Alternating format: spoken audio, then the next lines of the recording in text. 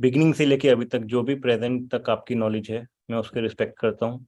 फिलहाल के लिए उसको साइड में रख दीजिए। ठीक है, हम एकदम बिगिनिंग एकदम जीरो से स्टार्ट करेंगे, ताकि कोई भी चीज़ ऐसी ना हो जो आपके माइंड के लिए क्लैश करते रहें, फाइट करते रहें, ये ऐसा नहीं था वो वैसा था। न्यूट्रल होके सीखिए, इंजॉय करके सीखिए। ठीक है, बहुत लंबा टाइम है हमारे पास, ये हमारा फर्स्ट सेशन है, आखिरी सेशन नहीं है।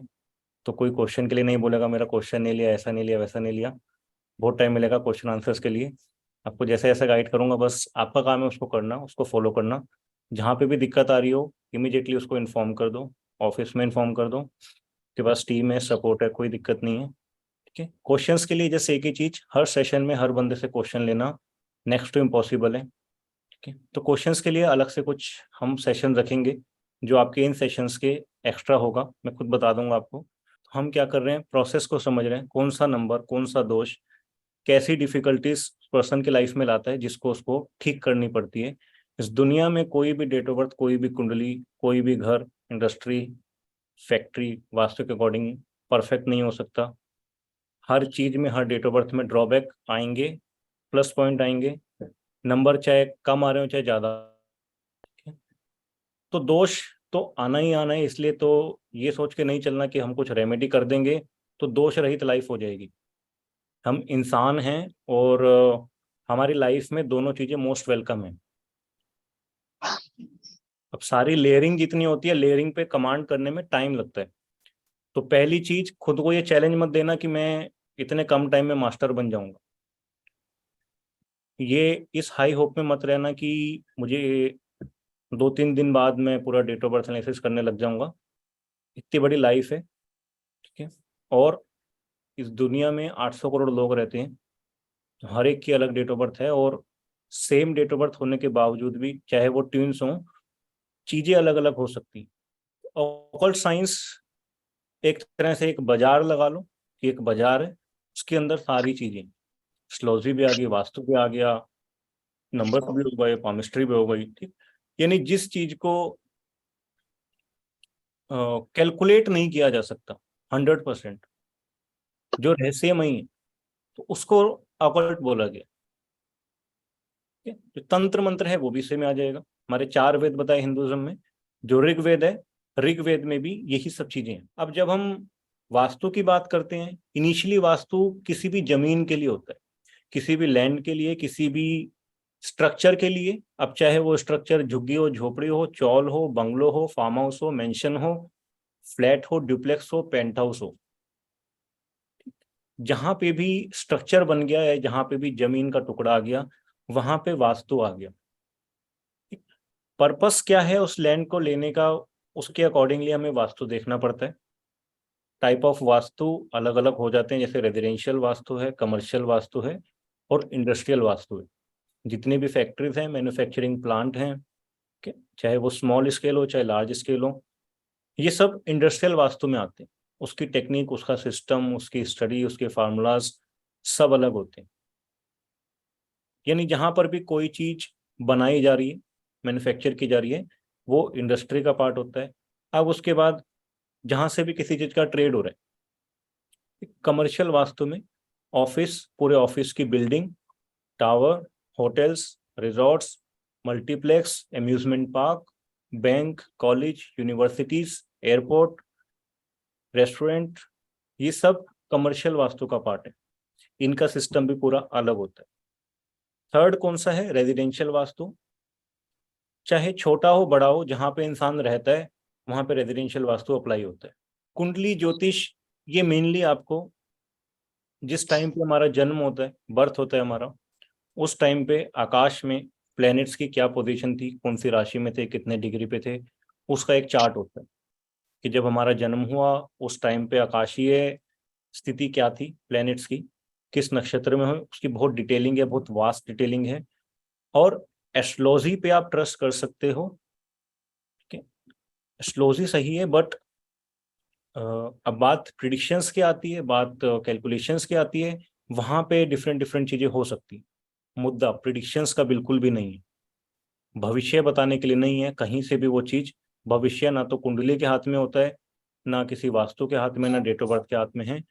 आप जैसे लाइफ को लीड कर रहे हो, उसको मैनेज कर रहे हो, सारी चीजें उसके अकॉर्डिंगली होती हैं।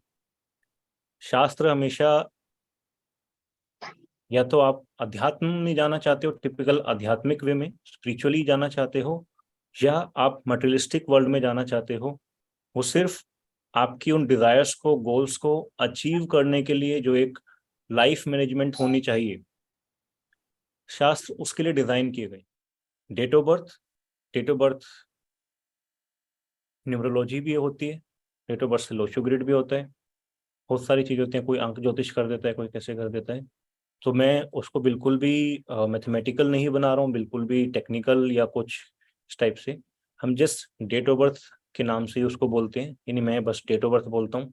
नंबर्स, जैसे आपको बताया कि जो डेट ऑफ बर्थ के नंबर्स हैं, उसमें कोई भी डेट ऑफ बर्थ ऐसे नहीं है जहाँ पे हम ये माने कि 1 से लेकर 9 तक कौन सा नंबर बेस्ट होता है, या कौन सी डेट ऑफ बर्थ बेस्ट होती है, या कौन सा एलिमेंट बेस्ट होता है, या कौन सा कॉम्बिनेशन बेस्ट होता है। ओवरऑल डेट ऑफ बर्थ देखनी चाहिए, ओवरऑल डेट ऑफ बर्थ ही देखी जाती है। हम ना तो ये लगा सकते हैं कि जो 1 तारीख को पैदा हुए वो कैसे होंगे, ठीक है, या 2 को या 3 को 8 को। हमेशा ओवरऑल डेट ऑफ बर्थ के हिसाब से इंसान प्रभावित होता है। उसमें भी बहुत बारी जो आपके डेट ऑफ बर्थ के मिसिंग नंबर्स हैं, वो एक्चुअली आपके प्लस पॉइंट होते हैं। बहुत बारी जो डेट ऑफ बर्थ में अवेलेबल नंबर हैं, वो हमारे ड्रॉबैक बने हुए होते हैं, या हमारे ड्रॉबैक उनसे रिलेटेड होते हैं। तो इस गलतफहमी में नहीं रहना चाहिए कि ये नंबर हमारे पास नहीं आया और ये आ गया।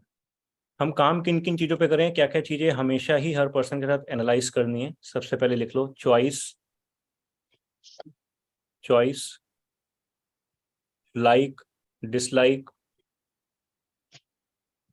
नेचर, डिसीजन मेकिंग फैक्टर,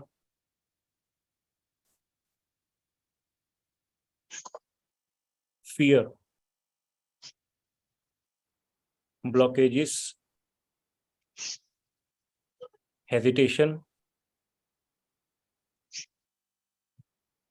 और रिपीट कर रहा हूँ लास्ट, फियर बोला मैंने, हेजिटेशन बोला यानी किसी भी चीज से हिचकिचाहट होना, और ब्लॉकेजेस बोला, रिजिडनेस,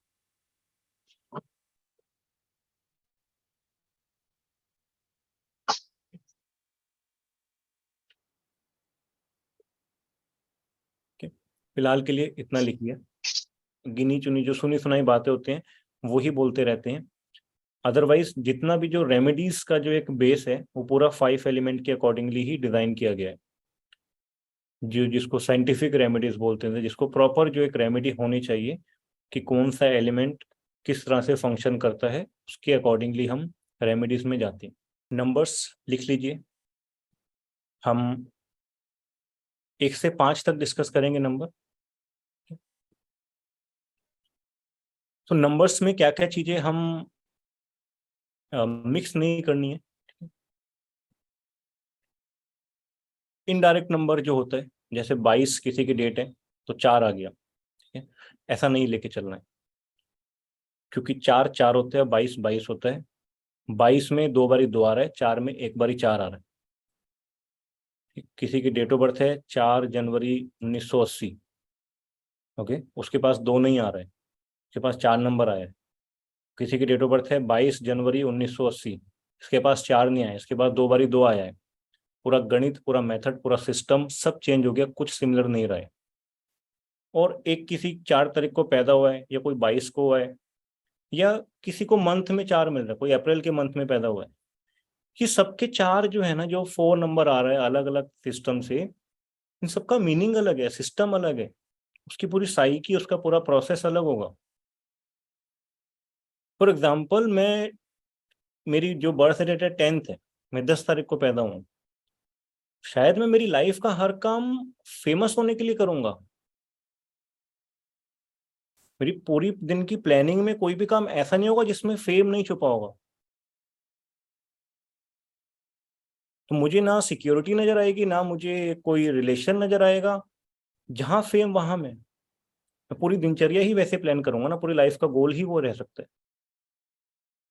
तो कोई बंदा 10 फरवरी 1991 को पैदा हुआ है, 10 फरवरी 1991, और कोई 2 अक्टूबर 1991, लोशो ग्रिड एग्जैक्टली सेम बनने वाला है। दोनों डेट ऑफ बर्थ सेम है, नंबर सेम है, ग्रिड सेम है, स्टिल उसकी हिस्ट्री ज्योग्राफी सब बदल चुकी है। क्योंकि शायद वो बंदा जो 2 अक्टूबर को पैदा हो रहा है, मे बी उसकी हार्डकोर इंटेंशन ना हो फेमस होने की, वो पूरी प्लानिंग चेंज करेगा, सब कुछ तो कुछ सेम रहा कहाँ। सबसे पहले नंबर 1 के बारे में हम डिस्कस कर रहे हैं, न्यूमेरिक 1।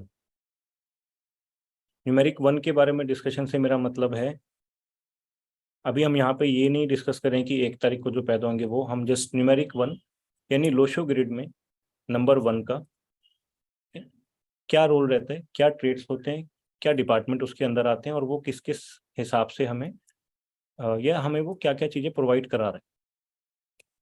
तो बहुत बेसिक से स्टार्ट कर रहा हूँ, बट इसी में डिटेलिंग भी आपको देता रहूँगा, ऐसा बेसिक बेसिक वाला कुछ नहीं है इसमें। सो नंबर 1 प्लानिंग के लिए होता है, फेम के लिए होता है,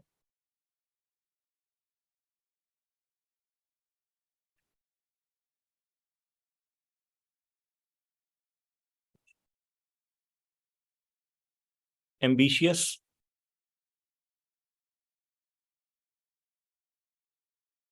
एटीट्यूड,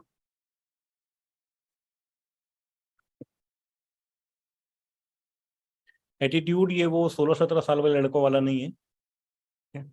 एटीट्यूड लाइफ को लेके कैसा एटीट्यूड होता है, लाइफ को लेके क्या नजरिया होता है, उसका एक बिलीफ सिस्टम भी आप लिख सकते हो।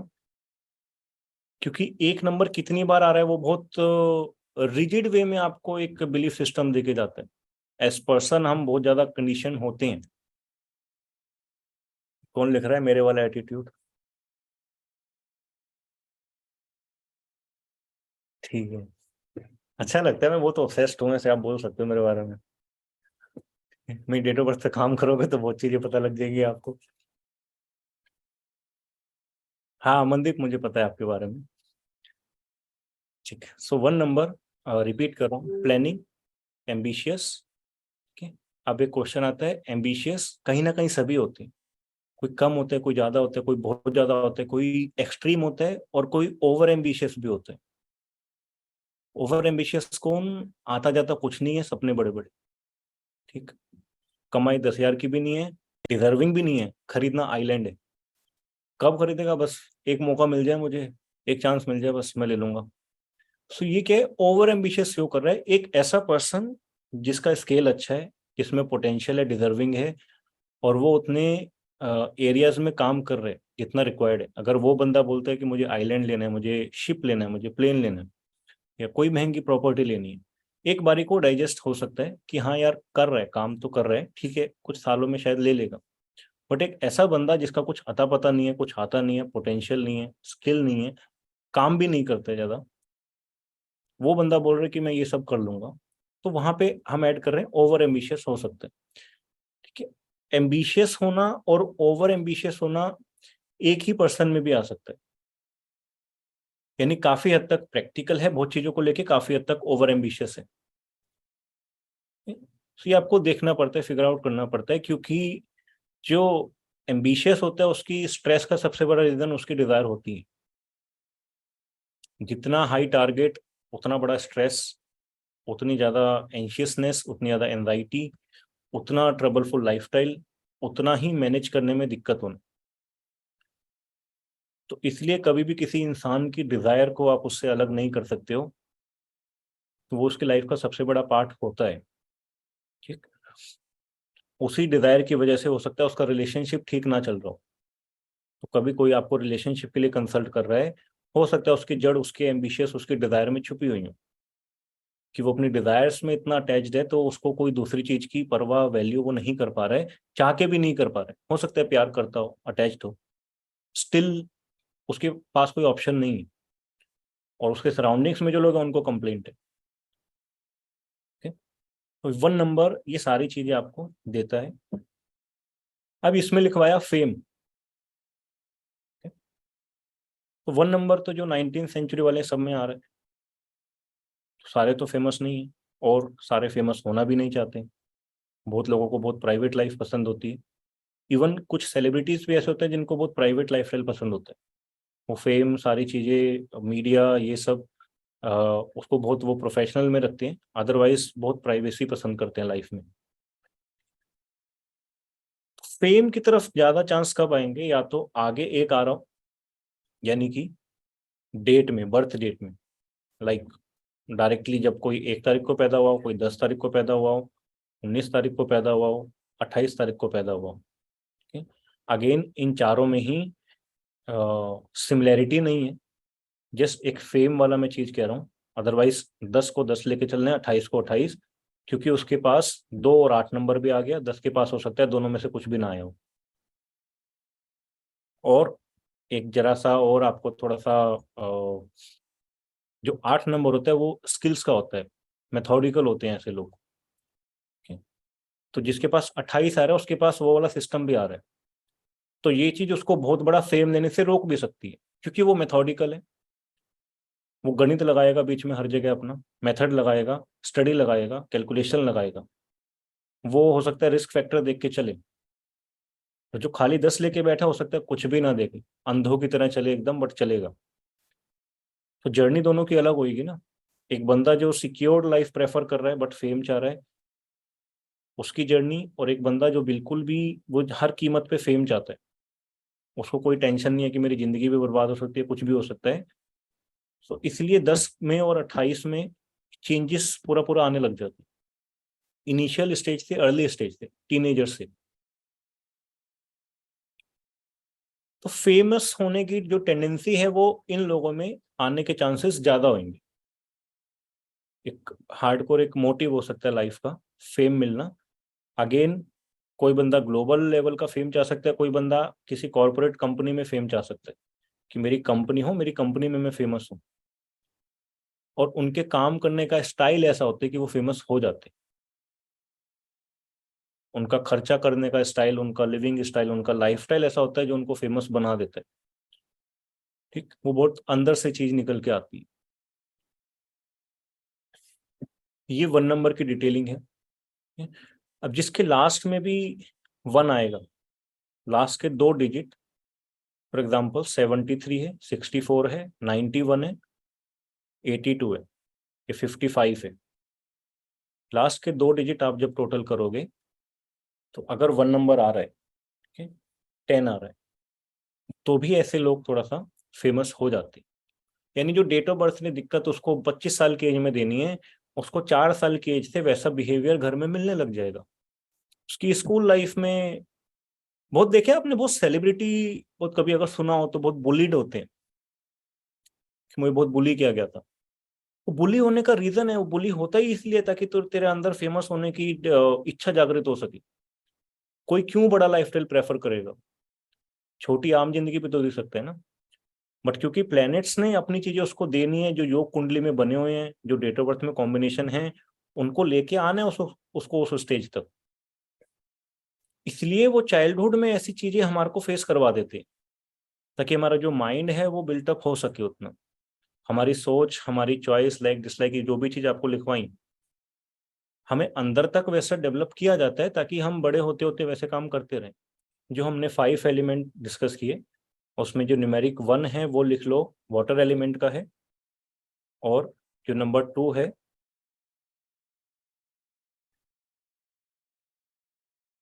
वो अर्थ एलिमेंट का होता है।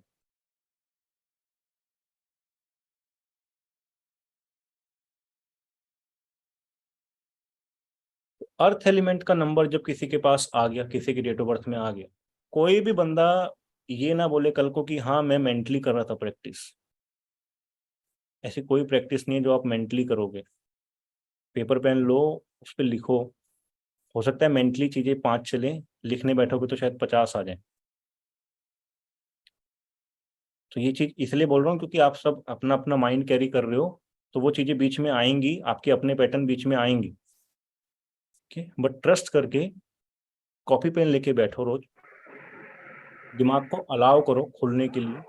तो जितने आपको आता है उतना तो आता ही है ना, कुछ शायद ग्रो करने के लिए आए हो कहीं ना कहीं, या कुछ आगे सीखने के लिए। तो इसलिए थोड़ा सा जैसे जैसे कह रहा हूँ उसको एक्सेप्ट करके करते चले जाओ। जिसकी डेट ऑफ बर्थ में 5 नंबर नहीं होता, ये भी जब तक वो इमरजेंसी डिक्लेयर नहीं हो जाएगी तब तक पोस्टपोन करता रहेगा चीजों को। आदत होती है इनकी। अगर 5 नंबर मिस होता है डेट ऑफ बर्थ में, चीजों को जब तक टालता रहेगा, अवॉइड करता रहेगा, डिसीजन नहीं लेगा, जब तक कि क्रिटिकल ना बन जाए वो सिचुएशन, इमरजेंसी ना बन जाए, और पूरी जिंदगी उस नेचर का नुकसान उठाते हैं वो। सर 4 3 + 5 अगर ये तीनों नंबर मिसिंग है तब वो लास्ट स्टेज तक जाएगा, या ओनली 5 मिसिंग है तब लास्ट स्टेज तक जाएगा? ओनली 5 में भी जा सकता है, और मिसिंग 4 और 3 है तो भी जा सकते हैं। और किसी के पास ये तीनों ही नंबर नदारद होते हैं, तीनों ही नहीं आते हैं, तो बहुत ट्रबलफुल चीजें आ सकती हैं। ऐसा नहीं कह रहा हूँ कि उसके पास कुछ होगा नहीं, मेरे पास भी तीनों नंबर नहीं है। मेरे पास 3 से लेके 8 तक कोई नंबर नहीं है, ना 3 है, ना 4 है, ना 5 है, ना 6 है, ना 7 है, ना 8 है। ठीक है? कुछ भी नहीं है, सिर्फ 1 है, 2 है और 9 है, 3 नंबर लेके जीता हूँ। ठीक है? खाली है, पूरी डेट ऑफ बर्थ खाली है मेरी।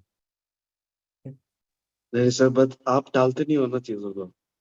हाँ, आप ऐसा नहीं होता है कि टालता नहीं हूँ। एरियाज बहुत बड़े हैं क्योंकि लाइफ बड़ी चाहिए, तो प्रैक्टिकली जो होता है मैनेज करने में बहुत डिफिकल्ट हो जाता है। सी, जब आपका एम्पायर इतने आप इजीली मैनेज कर सकते हो। मैनेजमेंट कब चेक होती है? जब एम्पायर बहुत बड़ा है, जब आपके एरियाज बहुत बड़े हैं, जब आप अड़े हुए चीजों को अचीव करने में, आप छोड़ना नहीं चाह रहे हो, तो लाइफ डिफिकल्ट होती है। स्किप करना, एग्जिट करना बहुत ईजी है, अड़े रहना उस चीज पे डिफिकल्ट होता है, तो वो डिफिकल्टीज उस एरियाज में देगा वो। तो आपको हमेशा मैनेजमेंट को ही स्ट्रॉन्ग करना पड़ता है। अगर जो मेरी डेट ऑफ बर्थ है, अगर मैं लाइफ को अकेले लीड करूंगा तो मैं फंस जाऊंगा। तो मुझे एक्चुअली मैनेजमेंट टीम बहुत स्ट्रॉन्ग करनी पड़ेगी, टीम मेंबर्स स्ट्रॉन्ग करने पड़ेंगे, ताकि जो मेरी प्लानिंग है वो टॉस पे ना आए, मेरा एग्जीक्यूशन टॉस पे ना आए। तो मेरी रेमेडी वही है कि मैनेजर लेके काम करो, टास्क दो, टास्क काम कराओ। अगर मैं ये कॉल नहीं लेता हूँ तो मैं गलती कर रहा हूँ। ह्यूमनली पॉसिबल नहीं है मेरे लिए कि जितना मैं चाह रहा हूँ उतनी जर्नी अकेले तय कर लूँ, क्योंकि ना मेरे पास 4 और 3 है, ना 7 और 6 है, दोनों ही नहीं है। ठीक है? एक बहुत बड़ा रीजन है कि मेरी डिजायर बहुत बड़ी है, बड़ा लाइफस्टाइल चाहता हूँ, और वही रिजिडनेस भी है, मैं हट नहीं सकता हूँ उससे पीछे। तो प्रोसेस के ऊपर ही काम करना पड़ता है। क्लियर करूंगा, बहुत सारी चीजें हैं अभी, जस्ट थोड़ा एक बेस स्ट्रांग हो जाएगा ना, ताकि आप लोग डुबकी अच्छे से मार सको चीजों में। सर प्रोफेशन एक्सपर्ट रख लेंगे, उस रख फील्ड के एक्सपर्ट रख ले। रखो, ये भी एक रेमेडी होती है। क्योंकि बता देता हूँ, मैं लोगों को बुक पढ़ने के भी पैसे दे देता था, हायर करने की, कितना पढ़ूंगा, तो मैं पे करता था, तो पढ़ इसको, मेरे को रिकॉर्ड करके दे दे। मैं ऐसा वो एक इनिशिएटिव ले रहा था, मतलब। तो मेरा ही स्टूडेंट था, वो कर्म कांड करता था, वो काम ही पंडित वाला करता था, कर्म कांड। उसकी संस्कृत बहुत अच्छी थी। मेरी संस्कृत भी बहुत स्ट्रांग है, मैंने बहुत बचपन में सीख ली थी, उस टाइम ऐसा कुछ वो नहीं था, पापा ने भेज दिया था, तो मैं एक्चुअली संस्कृत में बात करने लग गया था। तो मुझे जो लकार होते हैं वो डिकोड करना आ गया था, होता है ना, लंग लकार, लोट लकार, सारे जितने भी होती हैं, तो मुझे कुछ भी दे दो मैं उसका डिकोड कर देता था। तो वोकेबलरी स्ट्रांग थी। हालांकि उतना यूज नहीं था, तो उतना ऐसा कल्चर में नहीं रही मैं बुक पढ़ने के लिए। कि ये क्या होता है, आपको अपनी नीड देखनी पड़ती, कि आप में से बहुत लोग होंगे जिनका लाइफस्टाइल वर्किंग होगा, आप इन्वॉल्व होंगे, तो आपके पास स्टडी का टाइम नहीं रहेगा। आपको जुगाड़ लगाना है कि आपके पास अगर ट्रैवल टाइम है, आधे घंटे के लिए आप जा रहे हो, आपके पास होना चाहिए उस टाइम की नॉलेज फीड कराने के लिए। अब जो नहीं कर रहा है वो देखो कि आप कितने एरियाज में आप ब्लॉक्ड हो। तो डिसीजन ले रहे हो ना, अगर एफर्ट्स करोगे उतने, तो उतना ही गेन करते जाओगे। वो एक्सक्यूज है कि हमारा पूरा दिन यहाँ पे ऑक्यूपाइड था, हम वहां पे ऑक्यूपाइड थे, तो ऐसे आपकी मजबूरियां देख के कोई चीज नहीं आएगी। डिसीजन मैनेजमेंट आपको ही करनी पड़ेगी, तो ही ग्रोथ होगी। अदरवाइज जितना आप करोगे उसके हिसाब से आप ग्रो करोगे। इसलिए आप सब लोगों की जर्नी अलग रहेगी, किसी की भी सेम नहीं होगी। सर एक आखिरी क्वेश्चन है सर। मानिए जो एलिमेंट वाला मतलब नहीं है, 258 या 43 नहीं है ग्रिड में, तो वो एलिमेंट अगर रेमेडी में आ जाए तो उससे कोई रेमेडी हो सकता है? मतलब वो एलिमेंट अगर डाल दिया जाए, मतलब वो एलिमेंट का सहारा लिया जाए, तो इसमें कुछ ठीक है, और दोनों चीजें बताता हूँ। ठीक है, जो सच है वो आपको क्वालिटीज के ऊपर काम करना पड़ता है, ताकि आपको लॉन्ग टर्म ग्रोथ मिल सके। जितनी भी चीजें डिस्कस कर रहे हैं, जो पूरी साइकी है, जो पूरा एक प्रोसेस होता है, आपको काम उस पर करना पड़ता है।